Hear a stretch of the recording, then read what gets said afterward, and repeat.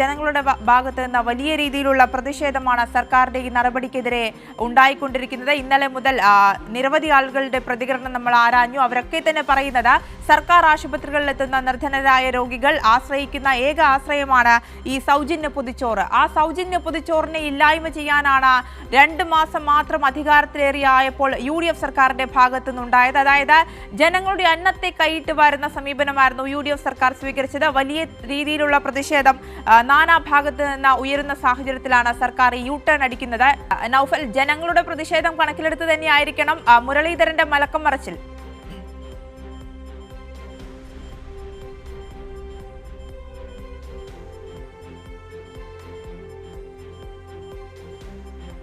നൗഫൽ, കേൾക്കാമോ?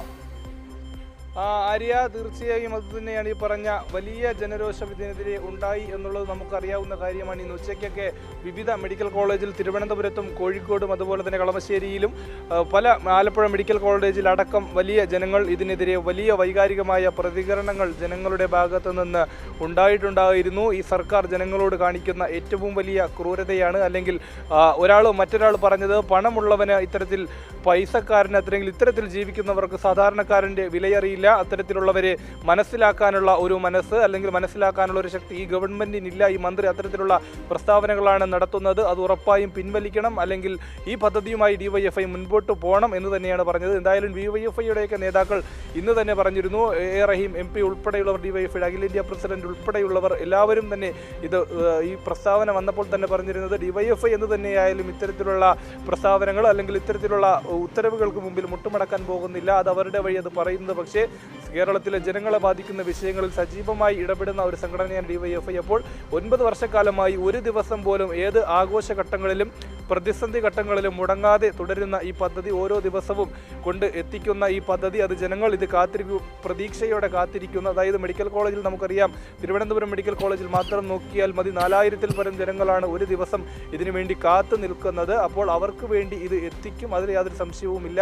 അത് ഒരു കൊടിയുടെ പേരിൽ കൊണ്ട് എന്തിനു വേണ്ടിയാണ് ആ വിവേചനം എന്നാണ് ചോദിച്ചത്. സ്വാഭാവികമായും രാവിലെ ആ കൊടിയുടെ പേര് പറഞ്ഞ ഇത് നടപ്പിലാക്കില്ല, ഇത് സമ്മതിക്കില്ല എന്ന് പറഞ്ഞ മന്ത്രി ഇന്ന് വൈകിട്ടായപ്പോൾ ആ പ്രസ്താവന മാറ്റി പറഞ്ഞുകൊണ്ട് നേരത്തെ പറഞ്ഞതുപോലെ ആലപ്പുഴ മെഡിക്കൽ കോളേജിലുണ്ടായ ചെറിയ വിഷയങ്ങൾ അല്ലെങ്കിൽ സ്ഥലം കയ്യേറി എന്നൊരു ആരോപണം കൊണ്ടാണ് താൻ അങ്ങനെ പറഞ്ഞത് എന്നൊരു പ്രസ്താവനയിലൂടെ ഇപ്പോൾ പങ്കുവെക്കുകയാണ്. കേരളത്തിലെ ജനങ്ങൾക്ക് ഇതെല്ലാം എന്തായാലും മനസ്സിലാകുന്നുണ്ട്. എന്ത് ഇരട്ടത്താപ്പിൻ്റെ പേരിലാണ് ഈ നിലപാട് മാറ്റം, അല്ലെങ്കിൽ വലിയ പ്രതിഷേധമുണ്ടാകുന്നു, ഇത് തങ്ങൾക്ക് വലിയ തിരിച്ചടിയാകും എന്ന സാമാന്യ ബോധമുള്ള മന്ത്രിക്ക് എന്തു തന്നെയായാലും നമുക്കറിയാം ഇത് വലിയ തിരിച്ചടിയാകുന്ന ഒരു വിഷയമാണ്. കേരളത്തിലെ സാധാരണക്കാരായ ലക്ഷോപലക്ഷം വരുന്ന ജനങ്ങൾ ആശ്രയിക്കുന്ന ഒരു വിശപ്പിൻ്റെ പ്രശ്നമായ പൊതിച്ചോറ് വിതരണം അല്ലെങ്കിൽ ഭക്ഷണത്തിൻ്റെ കാര്യത്തിൽ രാഷ്ട്രീയം കലർത്തുന്ന മന്ത്രിയെ ഇത്തരത്തിൽ ഒരു വൈരാഗ്യ ബുദ്ധിയോടുകൂടി ഇത് നടപ്പിലാക്കാൻ അനുവദിക്കില്ല എന്ന് തിട്ടൂരം പറയുമ്പോൾ അതിനെതിരെ വലിയ പ്രതിഷേധം ജനങ്ങളുടെ ഭാഗത്തു നിന്ന് ഉണ്ടാകുന്നു. സ്വാഭാവികമായി ഇന്ന് വൈകുന്നേരത്തോടെ ഏതാനും നിമിഷങ്ങൾക്ക് മുമ്പാണ് മന്ത്രിയുടെ ഭാഗത്തു നിന്ന് ഇങ്ങനെയൊരു പ്രസ്താവന വരുന്നത്. അത് നേരത്തെ നമ്മൾ ആവർത്തിച്ച് പറയുന്നത് DYFI കാലവും ഉയർത്തിപ്പിടിക്കുന്ന മുദ്രാവാക്യങ്ങളായ, അതായത് ഇതിന് വിശപ്പിൻ്റെ കാര്യത്തിൽ മതവും രാഷ്ട്രീയവും എല്ലാത്തിനും അപ്പുറം ഇത് ഓരോരുത്തർക്കും നമുക്കറിയാം പ്രായഭേദമന്യേ നൽകുമ്പോൾ അതേ ന്യായീകരണം മന്ത്രിയും പറയുന്നു. അതുതന്നെയാണ് സർക്കാരിൻ്റെയും പക്ഷമെന്ന് പറഞ്ഞ് ഇക്കാര്യത്തിൽ നിന്ന് ഒഴിയുക കൂടിയാണ് മന്ത്രി. ആര്യ.